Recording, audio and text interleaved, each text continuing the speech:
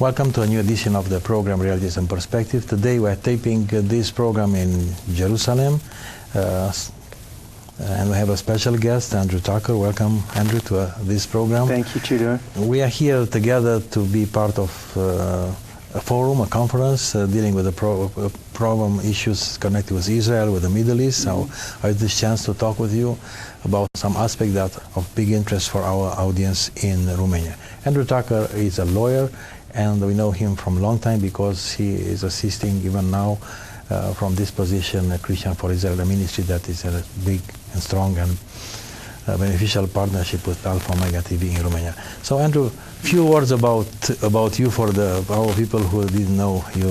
Thanks, Tudor. So I'm an Australian. I grew up in Australia, in Melbourne, where interestingly there's a big Romanian community. And I studied law, and I moved to Europe in my mid-20s and lived and worked in London for a number of years and studied at Oxford University. And I've always had a passion about international law and about Europe and about the Jewish people and trying to understand their history and their place in the international community.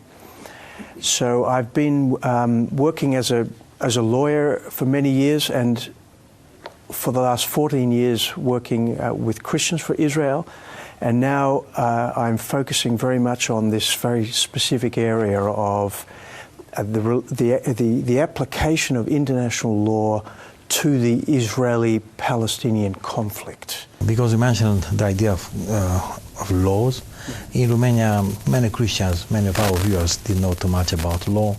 Honestly, we are focused on church issues, on Bible studies, so maybe it's one of the first programs we talk about law. Tell us a few things about international law, too, like an overview in a few minutes. Okay, so international law is just simply the law that governs the relationship between nations. This is public international law. It's also called the law of nations. So, you know, we live in a world of nation states, and they're now gathered together in the United Nations. And there's a body of law that has developed about how nations relate to each other. For example, nations enter into treaties with each other. So those treaties are binding obligations. And around the treaties, there's a set of legal principles, for example, that you are bound by the treaty obligations you enter into as a state. There are principles of international law. For example, that genocide is a war crime. There are principles that govern the way that territories of states are determined, boundaries. There's the law of the sea about governing who owns what in the sea, or the law about the space, who can do what in outer space. Anything where nations are interacting, interfacing. There's a body of laws developed by the nations themselves to work out how can we exist together in a friendly way as nations. And this is something that's really developed mainly in the last 100 years. You said that you have some project and you work mainly in Hague, in Holland. And maybe we don't know too much about Hague in Romania, but we know that it's some kind of international law and court of justice there. Maybe you can add a few words about what's happened in Hague. The Hague is a city in the Netherlands, and the Netherlands is a very small country between Belgium and Germany. And although it's a small country, it's a very special country, and it has always been had a very important role in international relations for many reasons. And The Hague, it's not the capital of the country, but it's the seat of government, and it's the home of many international law institutions. For example, the International Court of Justice, which is the main legal court, international legal court, is in the Peace Palace in The Hague. The International Criminal Court is also in The Hague. The court for the former Yugoslavia tribunal was also in The Hague. And many of these institutions, it's just the place where many of these organizations are placed. It's probably the most important city from international law perspective in the world? Because we talk already about Hague, and because I know recently you, together with the group, probably you launched an initiative from Hague, and because we want to talk about Israel and the Middle East issue, let's talk at the beginning about this initiative. I have in my hand a brochure, a flyer about the UN initiative, the Hague Initiative for International Cooperation. Maybe you can say a few words about this. Yeah. And of course, in the second part of our interview, talk more about Israel, Jerusalem, and the Middle East. I've been working over the last number of years in this area of international law, and working with a number of international lawyers, and we feel concerned about the way that law in some ways is being developed, and certainly the way it's being applied in the Israel-Palestine conflict. And we thought it was important to develop a project, a platform for international lawyers to discuss these issues, to research them, to debate them, so that there's more of an open platform. And I'll give you one example. You often read in the media that all Israeli settlements in the occupied territories are illegal. At least in my country, that's what the newspapers tell us. Also in Romania. Okay, so they're all illegal under international law. So the question is, who says they're illegal? Why are they illegal? Are they illegal?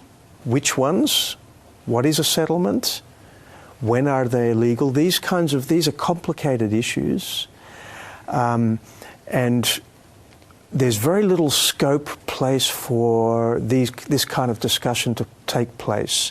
So we're drawing a network of lawyers from different countries around the world to research, to write, to make submissions to governments, to advise, and also to educate. We're doing some training programs for young lawyers to bring them to Israel and to see and understand the issues here, talk with the Israelis, the Jews, the Arabs, the Palestinians, and to get a sense of what's going on here and start to realize how complex many of these issues are. And it's not so simple as some people tend to say that it is. We talk more about Israel and the Middle East, but came in my mind the questions. We evangelical, especially the Christians from Romania, not only, we talking about spiritual values or concept. We focus on personal salvations. Already you mentioned about political international laws. All are dealing with the nations, with the right of the nation, with the move of the nation, with the relation between nations. And we Christians sometimes say God has a plan with individual. The salvation is one-to-one. It's my personal relationship with God.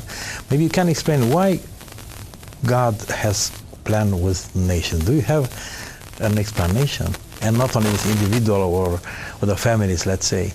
It's a very good question, Tudor. And I think this is something that we've tended to ignore as a church, as Christians. Actually, when you read the Bible, you'll see that from the Old Testament, from the very beginning, right through to the very end, the Bible talks about nations, not just individuals. And the most important nation that is talked about in the Bible is the Jewish nation of Israel. But much bigger than that are all the other nations in the world. And God says time and time again, He wants a relationship with the nations, that they will worship Him and glorify His name. In the very last book of the Bible, in Revelation chapter 22, it talks of this wonderful vision of the future kingdom of God, where the tree of life will be in the river. And it says that the leaves of the tree of life will be for the healing of the nations. So not just you and me as individuals, but our nations. Now, what are those nations? Are they the same nations as we see today in the world? I'm not so sure. That's a complicated topic. But the key thing is God created nations. We read in the book of Genesis, the sons of Noah, the 3 sons of Noah became 70 nations, and God gave those nations territories in the world, and languages and so forth. So there's something very beautiful and strong about nations. There's also something very dark and evil about nations. We've seen wars, we've seen conflict, we see the rise of nationalism, which leads to problems. That's a problem. But there's also something about the importance of nations as a place, just like a family is a place to protect the children and all the members of the family, the nation is also a place to protect the people in that nation. And I think this is an important issue when we're talking about Israel as well, because it's got to do with the way that we as nations relate to Israel and the Jewish people. And that's actually a very biblical question. God actually puts that question quite clearly, I think, in the Bible. He says, I created Israel out of the nations. Abraham was taken out of Babylon. And through Abraham, God said, I will make you a great nation to be a blessing to all the nations. That's God's purpose, to bless the nations. Not just Israel, not just you and me, but the nations of the world. So in creating those nations, he says he wants to glorify his name amongst the nations. So, and he says it's when I bring my people home, the Jewish people, as he promised to do, and which I believe he is doing today, in an incredibly miraculous way. These Jews are coming from the north, the south, the east, and the west, back to this land. He's restoring them. He's restoring Jerusalem. And he says, you just have to read Ezekiel chapter 36, 37, to see that he says, I will do this in order to glorify my name among the nations. So there's an important principle here for us, and that is, it works at the individual level, but also at the national level. Are we, and we'll talk more about this because it's got to do with the Arabs and the Palestinians as well. Are we respecting God's economy, the way God has decided that he will establish beauty and peace on earth? Or are we inventing our own way of creating peace? And they're two very different ways of looking at things. Yes, we talk more about restoring the modern state of Israel and what made this for the nation. But I have a preliminary question for you. We are taping this program in 2019. Maybe we see again this program, or we replay the program in a year or 2 years. But how you see the movement of the nation, the alignment of the nation, of course related to Israel, but not only. Yeah. Because we are looking for the history. We know the empire. We know even in the Bible, Daniel, he talked about different groups, political entities, and how you see the moment now? I think, Tudor, we're living in a very, very interesting period of world history. We've seen in the last 100 years the end of the great world empires that we've seen over the last 2,000 years, and most recently the Turkish Ottoman Empire, the British Empire, and of course Spain had its empire, and the Dutch had their empire, and the French have had their empire, and so forth. We don't have that anymore. We do have groups of nations, and there are some who would like to have an empire, but we don't really have empires anymore. Even the collapse of the Soviet Union now has resulted in, I don't know, the creation of maybe 10 or 15 independent nation states. The Middle East, the states of Syria, Iraq, Lebanon, Jordan, even Egypt were all created in the last 100 years. The states of Africa, of Asia, these are all new. So today we have 193 members states of the United Nations, and there are a few more states. Whereas 100 years ago, there were only maybe 30 or 40, perhaps 50 nations. So this raises a lot of interesting questions. Who are these nations? When do you become a nation state? And when do you have the right to be a nation state? And how do you fit into the world community? And I think we're seeing a realignment. The United States of America, for example, was for many decades the superpower since the Second World War. It's no longer the case.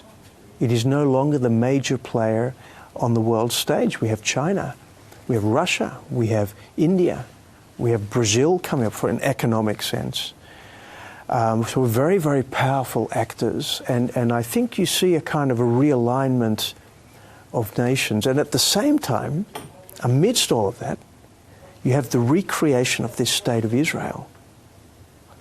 So you have these two things going on at the same time: the rise of nation states and the restoration of Israel. And I think it's not an accident that these are happening at the same time. Let's talk about Israel, and I propose you to insert here a few minutes from your written presentation. Okay. You present using PowerPoint. Yeah. Some of the moments, and but before that, I need a comment from you.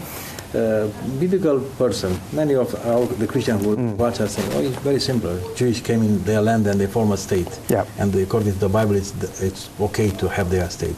But also, you are focused proving. Together with many other lawyers, that it's a process.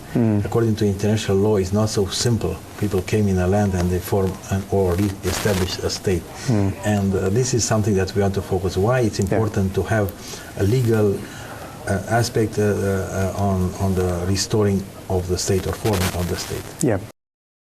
Here we are in the Middle East, and this tiny little thing here is apparently the cause of all problems. You can't even see it. Here it is on the map.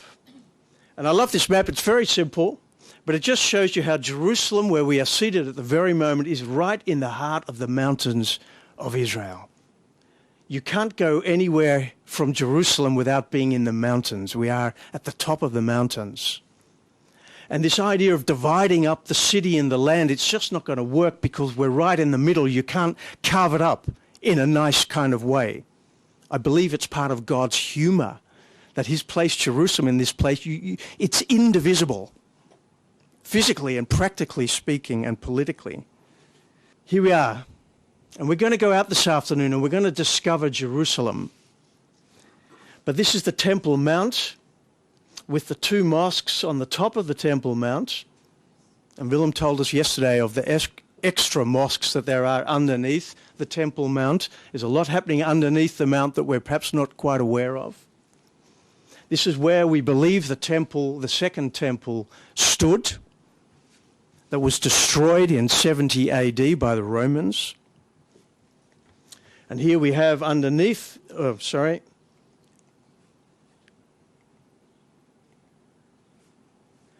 here we have the walls, and underneath here is the city of David. This is an image of the temple as it may well have looked. And here is the Wailing Wall, the Kotel, the most holy place for the Jewish people, because it's as close as we can get to where we believe the Holy of Holies must have been.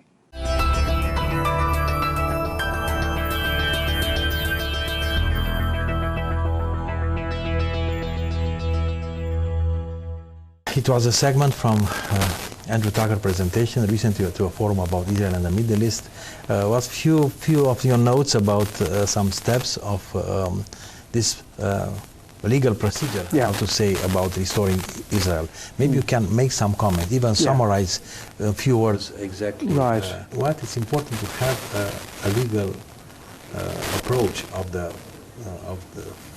this modern state of Israel. So I think maybe first it's good to distinguish between the state, the nation state, and individuals. Okay, so I think what rightly over the last decades we've started to think much more about human rights. So the rights of individuals, which is very important. So what is my right to free speech, my right to worship, to exercise my religion? What is my right to economic activity, my right to move? These basic human rights, these are important, but that only works in the context of a functioning legal system. There's no point having legal rights if you can't exercise them, okay?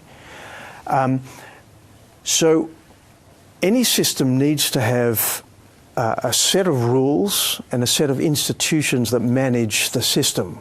So in a country, and in a modern Western country like ours, we have a parliament, we have a government, we have courts of justice, we have police force, we have different civil institutions which make sure together that they form a working society. And if any of them is not working, we have a problem. It's like your body. If your eye is not working, then your whole body feels the problem. And it's the same in a nation state. So you can't just become a state because you want to be. You have to develop as a body of people certain characteristics in order to become a state in terms of international law. And that's important because if you don't, and this is the problem we're seeing in the Middle East today, if you don't, everybody suffers, especially the individual. So if you think back to 2009, we had the Arab Spring, remember? And 2011, when everybody thought suddenly we're going to have democracy in the Middle East. And we got rid of all the main powers. You remember Mubarak in Egypt, and we got rid of Saddam Hussein in Iraq. And we thought if we get rid of these people, suddenly we will have a wonderful society. It didn't happen. It didn't happen. And the problem is we've realized that these countries have not been able to create the institutions they need to form an effective state. Now, this is a problem, I think, when we talk of Palestinian statehood. That's why we need rules and we need processes. And in terms of international law, there are rules and processes about how states come into being. If you don't have that, you have chaos, you have war, you have problems. So you need a system. Now, if you think of most of the states of the world today, how were they created? Well, probably half of them were formerly colonies of former empires. So I come from Australia. Australia originally was a group of colonies as part of the British Empire for about 60 or 70 years. They came together and formed a federation, and that federation became an independent state because it had all the qualities of statehood. Most of the countries of Africa were colonies of the British, the French, the Italians, whatever. And they became states, and there was a process of moving from a colony to a statehood. The states of the Middle East, Syria, Lebanon, Jordan, Israel, were all created at the end of the First World War, which is when we've seen the creation of most modern states. And what happened was, with the collapse of the Ottoman Turkish Empire, which had ruled for 400 years, I think you know well in Romania about the Ottoman Empire, which reached up into your part of the world. Suddenly, this thing had collapsed completely by the end of the First World War.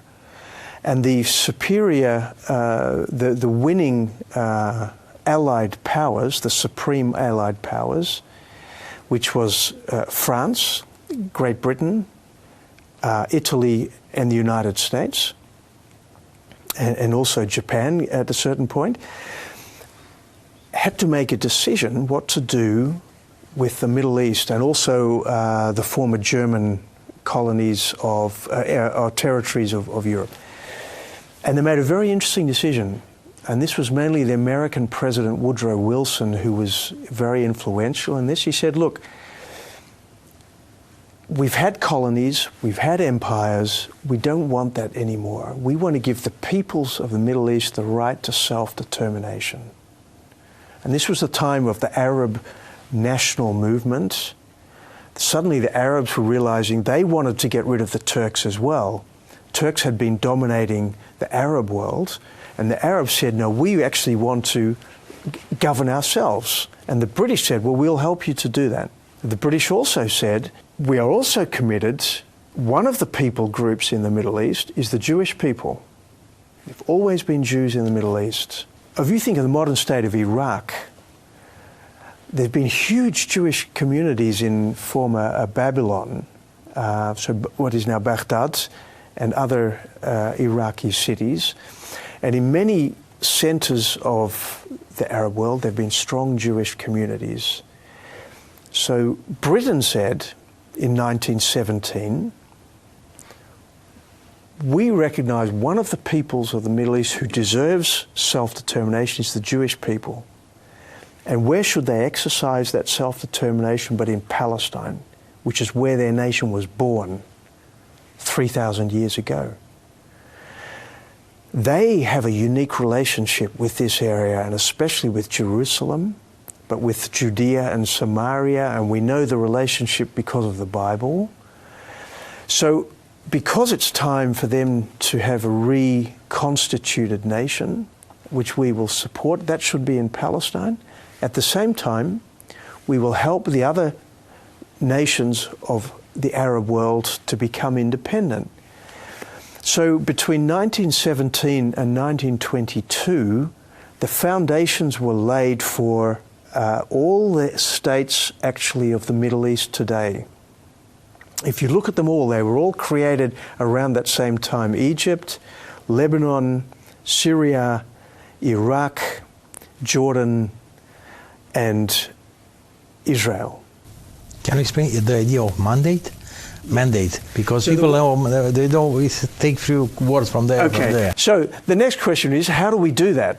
How do we help these people? And they came up with the idea of a mandate. This was completely new, a very new, innovative idea. And the idea was quite simple. These peoples are not yet ready to govern themselves. We will help them to do it. So the mandate for Iraq, for example, it was called the mandate for Mesopotamia. The League of Nations, which was the like the United Nations of that time, said, we create a mandate for Mesopotamia. Great Britain is responsible for helping the people of Mesopotamia to become an independent nation, which is exactly what happened. And 30 years later, the state of Iraq was created. It was a little bit messy the way it happened, but more or less that was the idea, and that's the way it happened. Same thing happened with Syria. Syria was created out of the mandate for Syria. The French had the task to help the Syrian people become an independent state for Syria and Lebanon. And the third main mandate was the mandate for Palestine. The idea there was to create a nation state, but this was different because it would be for the Jewish people in the first place. And the Jewish people, most of them did not live in Palestine at that time. So it gave them a special right to return from other places to Palestine. But the whole purpose of the mandate was to enable the recreation, the reconstitution of the Jewish homeland, but a homeland in which Jews and non-Jews could live together. And how was this mandate, starting with the end of the First World War until the form of the State of Israel? Tell us if you think how was developed this mandate. How mandate means like a responsibility. Try to translate this. Like a set of responsibilities for the British government, British country to facilitate, to create. In fact, they called it in the Charter of the League of Nations, they called it a sacred trust of civilization.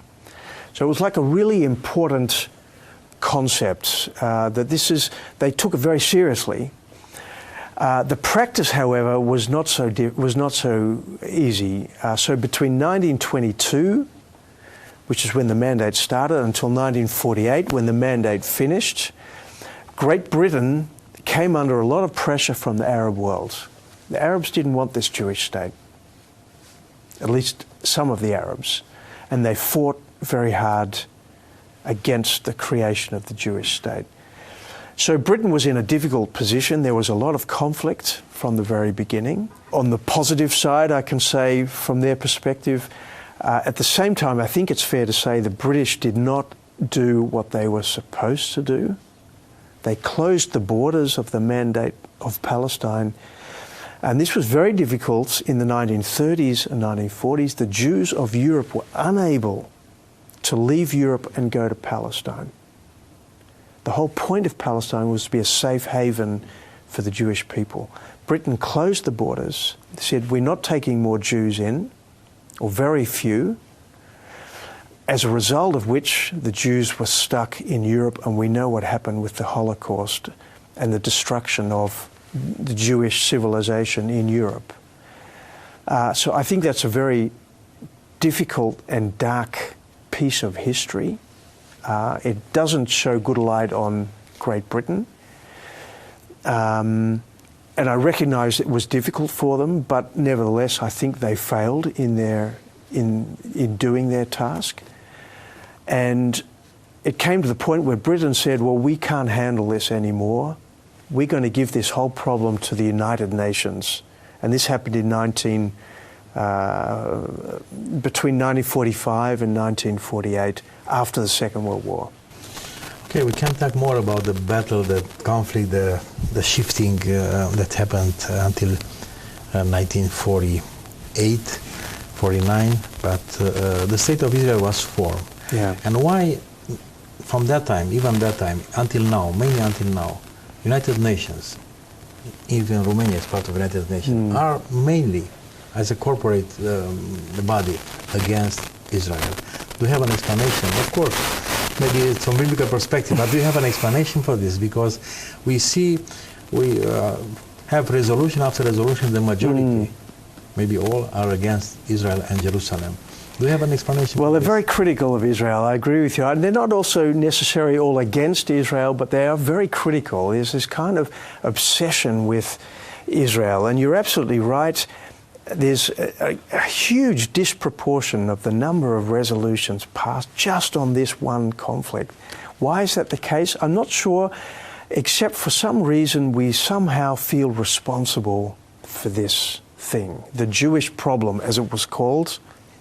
The Jewish problem was to be solved by the creation of this Jewish homeland. And we feel responsible for the conflict. It's strange because the State of Israel came into existence in pretty much the same way as any other state in the region. And we don't see so many resolutions about Syria or Iraq or Jordan, even though there are problems in those countries. But we do see them about Israel, and especially about Jerusalem and the conflict with the Palestinians. I think we're obsessed in a way, certainly in Europe. We are afraid of upsetting the Arab world. Now, of course, there's a problem there because the Arab world refuses to accept the existence of the Jewish state.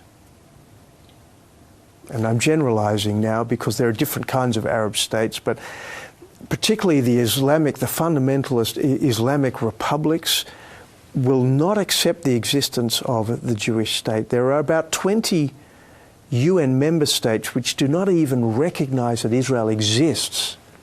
They just don't recognize it exists. So you have a kind of dynamic in the UN which says this is not really a legitimate state.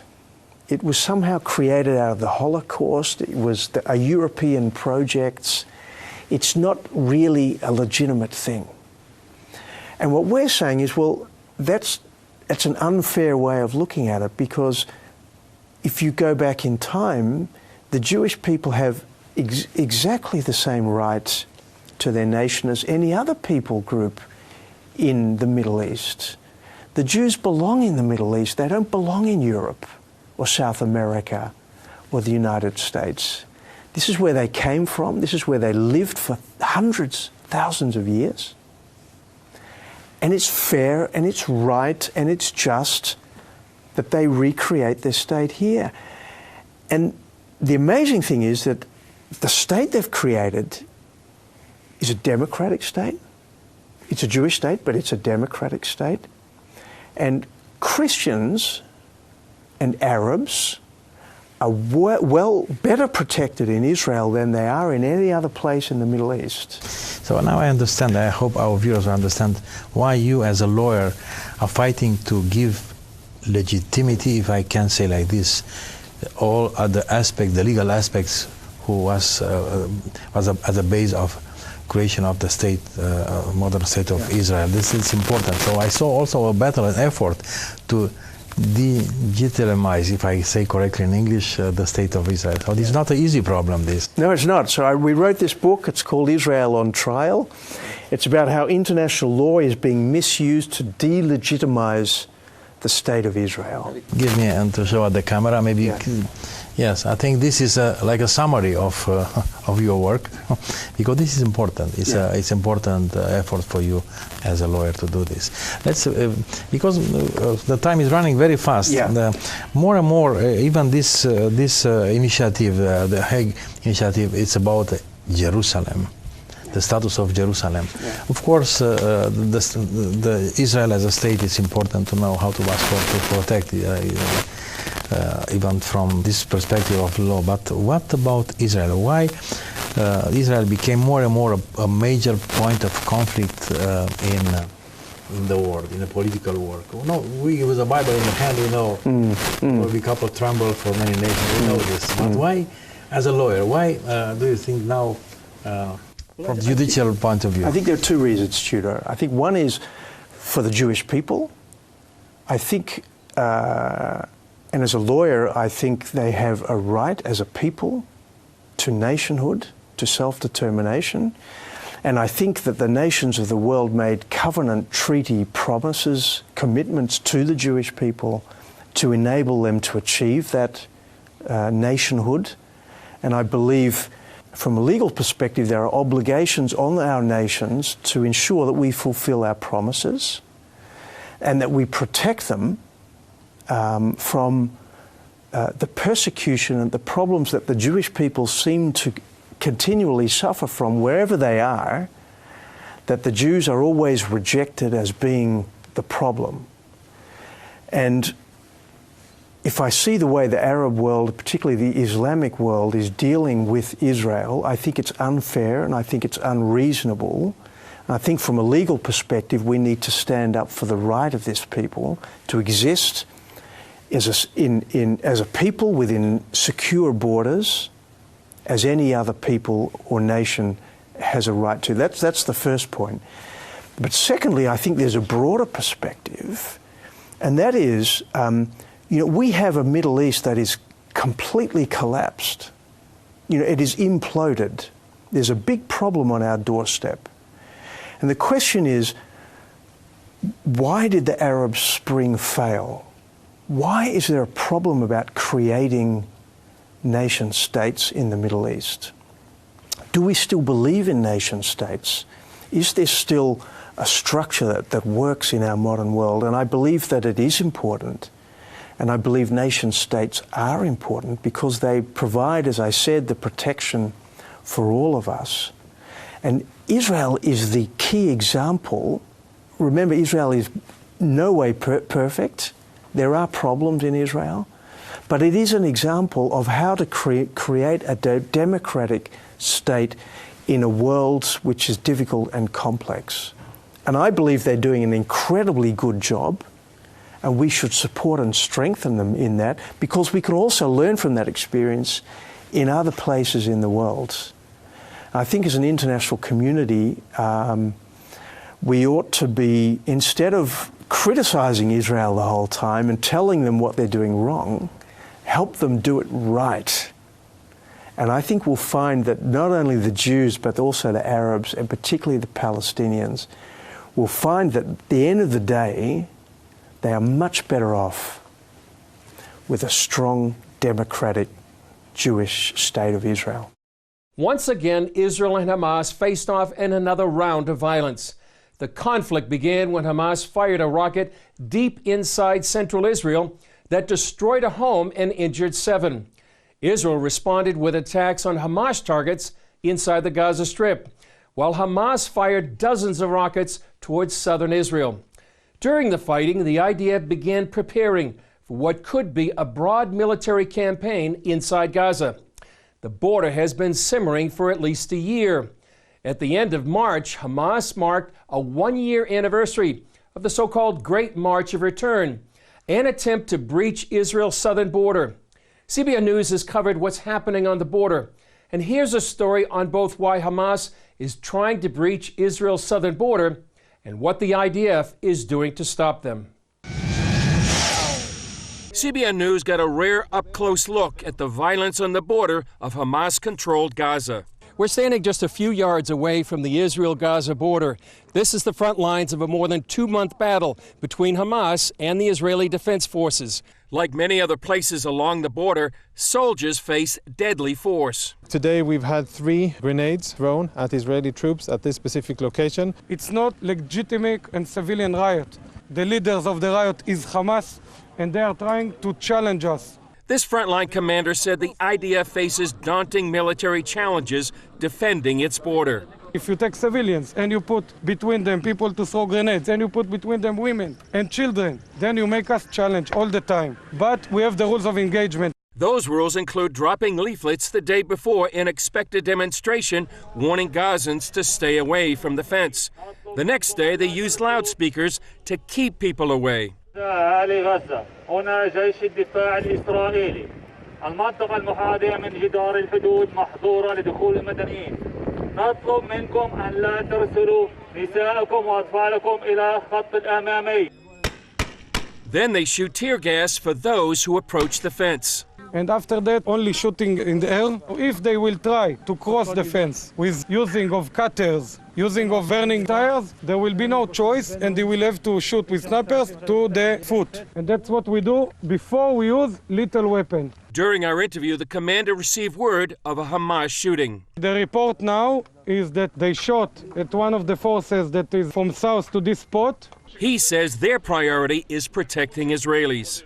Nobody wants to cross Israel to hug the people that live in Nahal Oz or in Inițitiva. That's not their purpose. A few hundred meters behind us is the kibbutz of Nahal Oz. For the soldiers who are deployed here, it's very clear. We're here to defend against a massive amount of violent rioters who are hiding terrorists behind them. They want to tear down the defenses and get inside, and our job as a military of a sovereign nation is to stop them and to defend our Israeli civilians. Throughout the demonstrations, the IDF faced criticism at the UN, world capitals, and the media. To the critics, I'd say stand in our shoes and walk in our boots a few miles, have those thousands of rioters and terrorists try to invade into your country and to risk or to threaten your civilians, and then criticize us.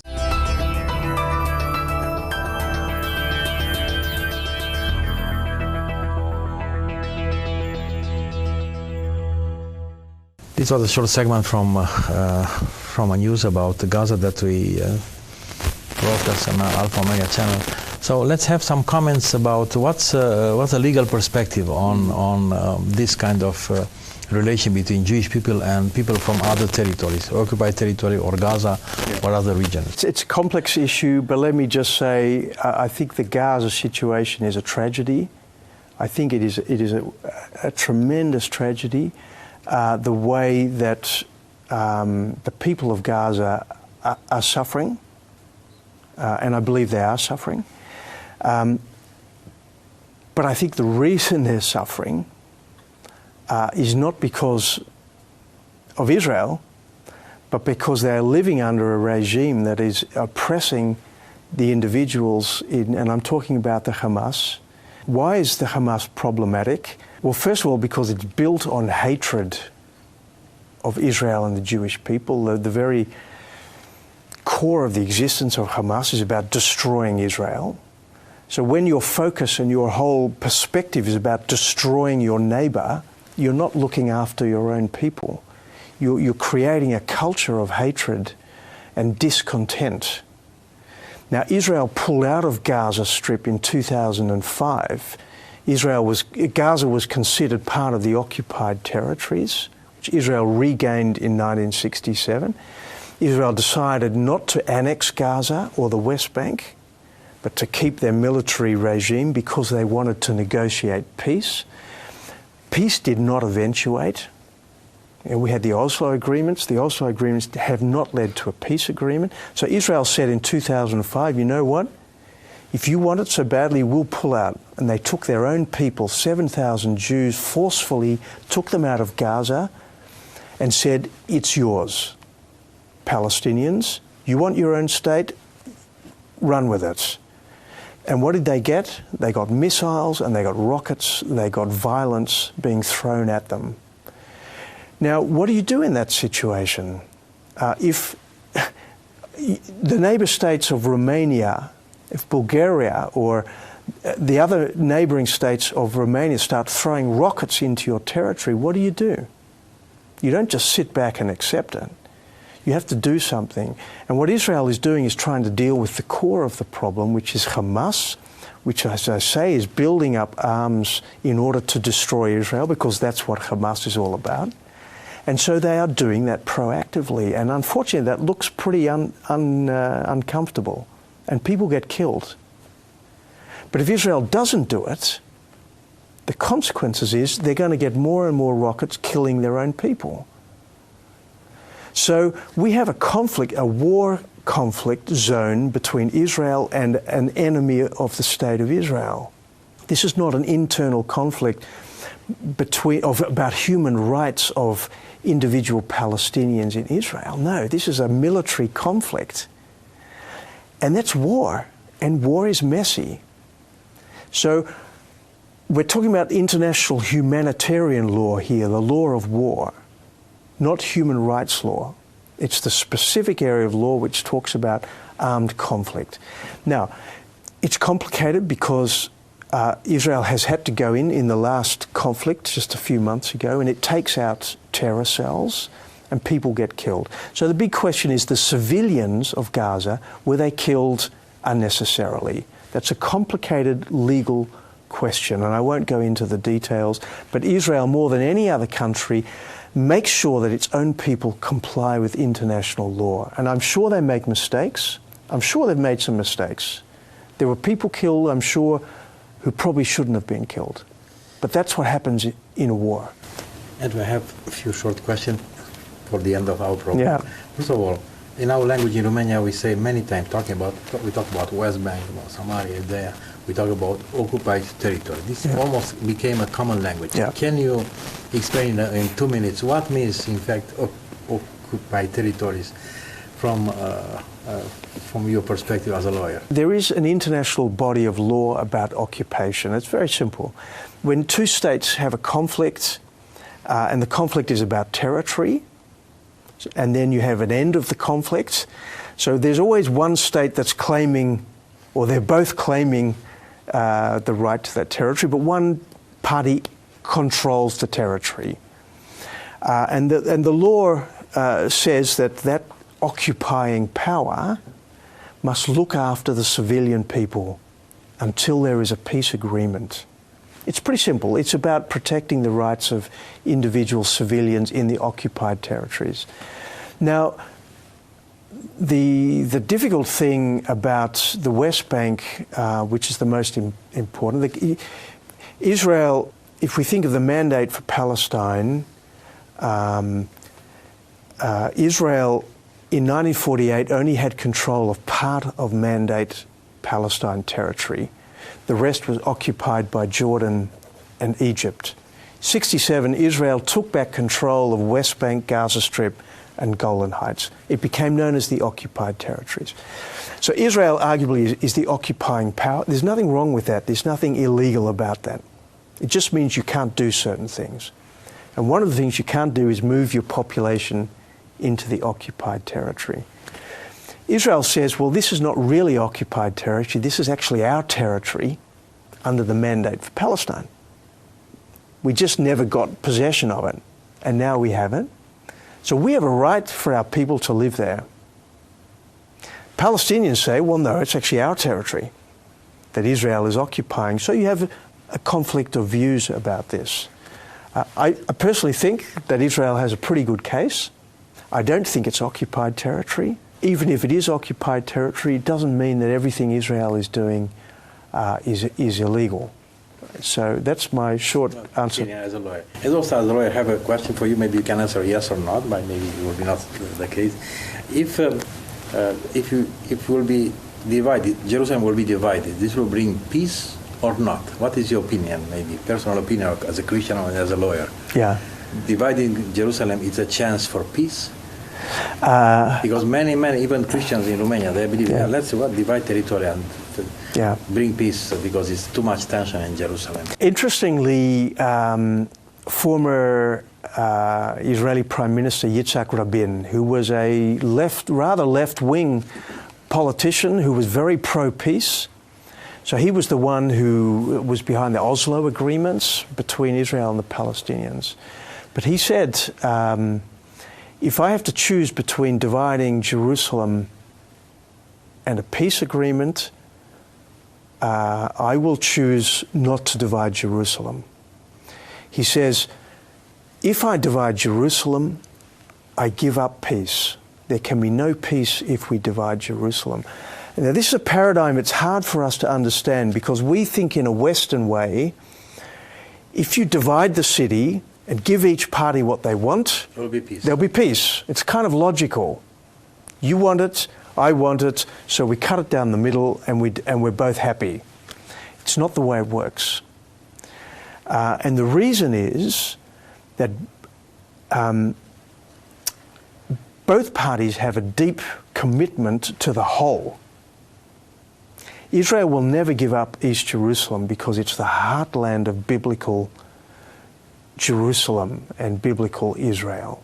You're talking about the Temple Mount. We're talking about the very sacred sites of the Jewish people. They're not going to give up East Jerusalem. The Arabs, the Palestinians, at least the political arm of the Palestinians, actually want more than East Jerusalem. They want West Jerusalem and all of Israel. That's actually their goal. So they're not satisfied with East Jerusalem either. And Israel knows this. And I think the Palestinians obviously know it well, but they're playing a very clever game.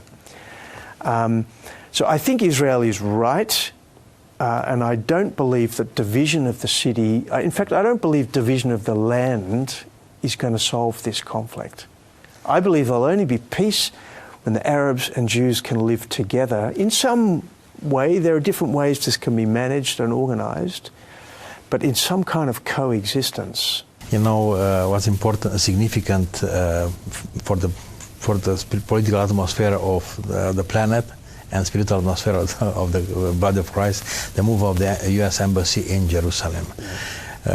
Give us few reasons in 2 minutes why a nation, maybe as Romania, have to move the embassy, to establish the embassy in Jerusalem, and even maybe to have a spiritual perspective on this. Well, I think the first and probably most important point is,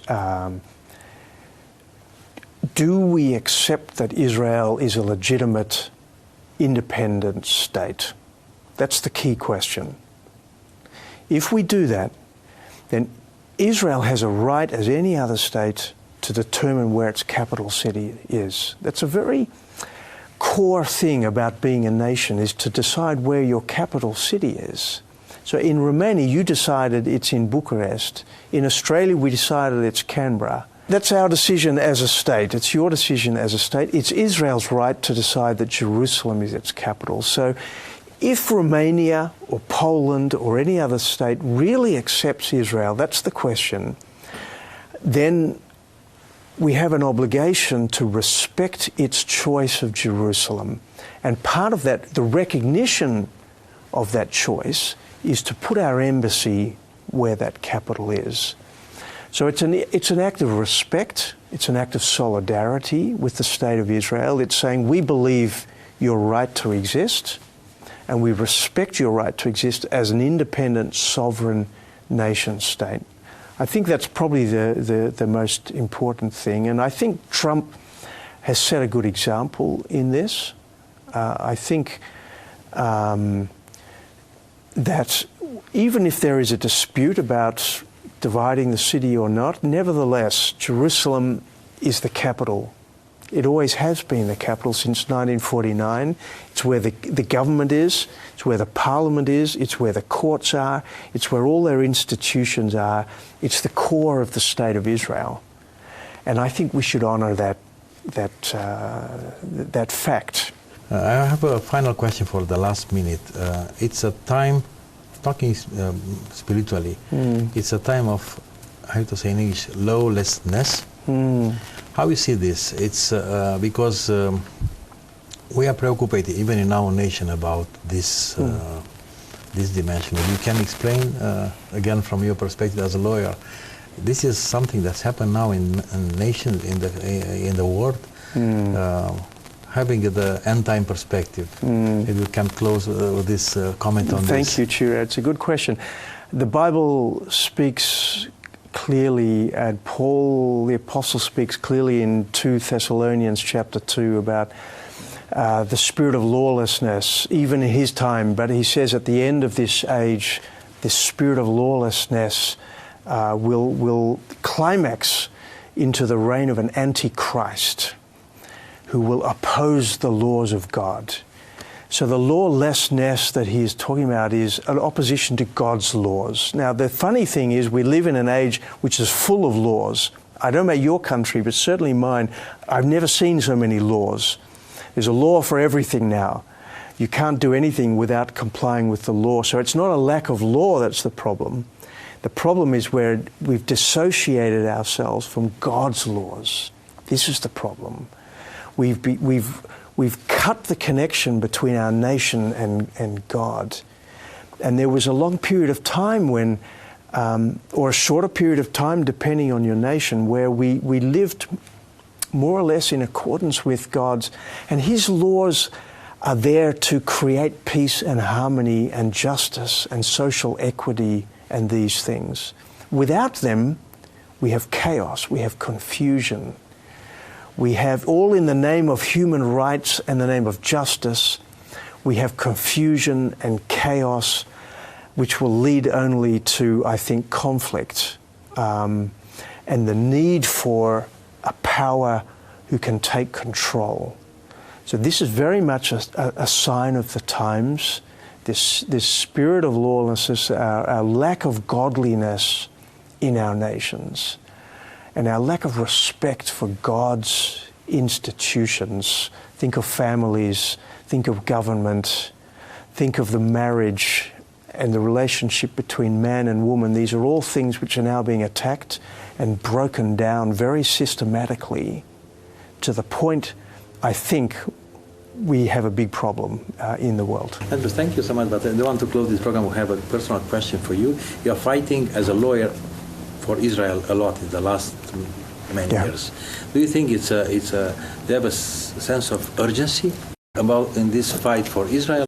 Do you think we have enough time for this, or it's urgent for us to do our best as a nation, as a lawyer, as a Christians, to defend Israel, or to? I think it's very urgent. I think this is really one of the key topics of this time. Why do I think it's urgent? Because I see a kind of a speeding up of things. And again, I've tried to explain why I think it's important, but I think I see a growing speed of events. And without being too dramatic, but if you look what happened in the 1930s, from the 1920s to 30s, there was a slow build-up of events, but very quickly, very suddenly, things happened all of a sudden.